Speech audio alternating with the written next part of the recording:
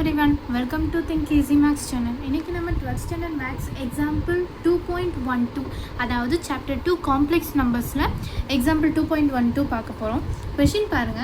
If z1 z2 z3 are complex numbers such that mod of z1 equal to mod of z2 equal to mod of z3 equal to mod of z1 plus z2 z3 equal to 1, find the value of இது அப்படின்னு சொல்லியிருக்காங்க.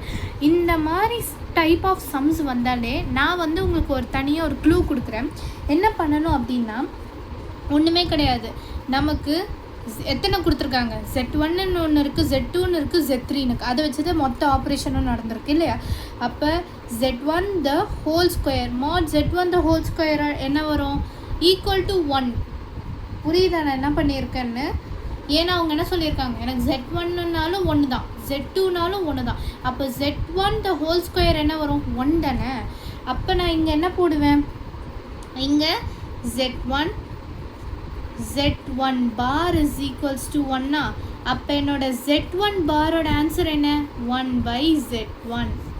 திரும்பவும் சொல்கிறேன், எனக்கு mod of z1 value 1ன்னு சொல்லியிருக்காங்க. So அதனால தான் நான் அதுக்கு ஸ்கொயர் போட்டாலும் எனக்கு வேல்யூ சேஞ்ச் ஆகாது. இது நமக்கு ஒரு formula, z1 mod of z is equals to z into z bar அப்படின்றது அந்த ஃபார்முலா அப்ளை பண்ணேன்.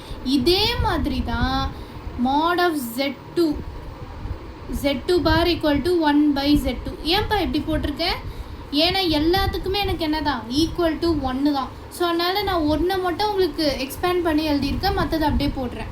அப்போ z3 பார் என்னவாக தான் இருக்கும், 1/z3, அதோடைய இன்வர்ஸாக இருக்கும் இல்லையா. ஸோ எனக்கு z1 வந்துச்சு, z2 கிடச்சிச்சு, z3 கிடச்சிச்சு. இப்போ என்ன கண்டுபிடிக்கணும்னு சொல்லியிருக்காங்க, இந்த வேல்யூ கண்டுபிடிக்க சொல்லியிருக்காங்க இல்லையா. சரி, இப்போ நம்ம இதை எப்படி கண்டுபிடிக்க போகிறோம்னு பார்ப்போமா. முதல்ல கொஷினில் என்ன கொடுத்துருக்காங்களோ அதே எழுதிப்போம். என்னென்னு கொடுத்துருக்காங்க, 1/z1 ப்ளஸ் 1/z2 ப்ளஸ் 1/z3ன்னு கொடுத்துருக்காங்களா.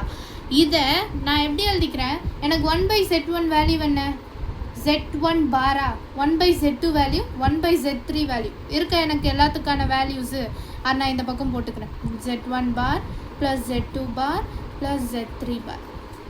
எனக்கு பார் வந்துச்சு. இப்போ இந்த மாதிரி எனக்கு பிரிச்சிருந்தா சேர்க்கணும், புரியுதா. நம்ம முன்னாடி எனக்கு ஒரு கான்ஜுகேஷன் ஃபுல்லாக பார் இருந்துச்சுன்னா, இப்போ z1 z2 எக்ஸாம்பிள் சொல்கிறேன், இந்த மாதிரி பாராக இருந்துச்சுன்னா நம்ம அப்போ என்ன பண்ணுவோம், பிரித்து எழுதுவோம், z1 பார் இன்ட்டு z2 பார். இப்போ பிரிஞ்சு தான் இருக்குது, அப்போ நம்ம என்ன பண்ண போகிறோம், சேர்க்க போகிறோம், ஓகேவா. So it's is equals to z1 plus z2 plus z3 the whole bar. நமக்கு இன்னொரு ரூலும் தெரியும், என்ன rule, z bar is equals to mod of z, mod of z is equals to mod of z bar. இந்த ரூலை எனக்கு நல்ல தெரிஞ்ச ரூல் தான் இல்லையா. அப்போ நான் என்ன செய்கிறேன், இதை என்னுடைய நார்மல் ஃபார்முக்கு நான் கொண்டு வர போகிறேன். அப்போ என்ன வரும், z1, ஒரு நிமிஷம், அப்போ எனக்கு என்ன வரும், z1 plus z2 plus z3 இப்படி வந்துருமா. அவங்க என்ன கொடுத்துருக்காங்க, ஏற்கனவே எனக்கு கொஷின் என்னன்னு கொடுத்துருக்காங்க, mod of z1 z2 z3யோட value என்ன, 1.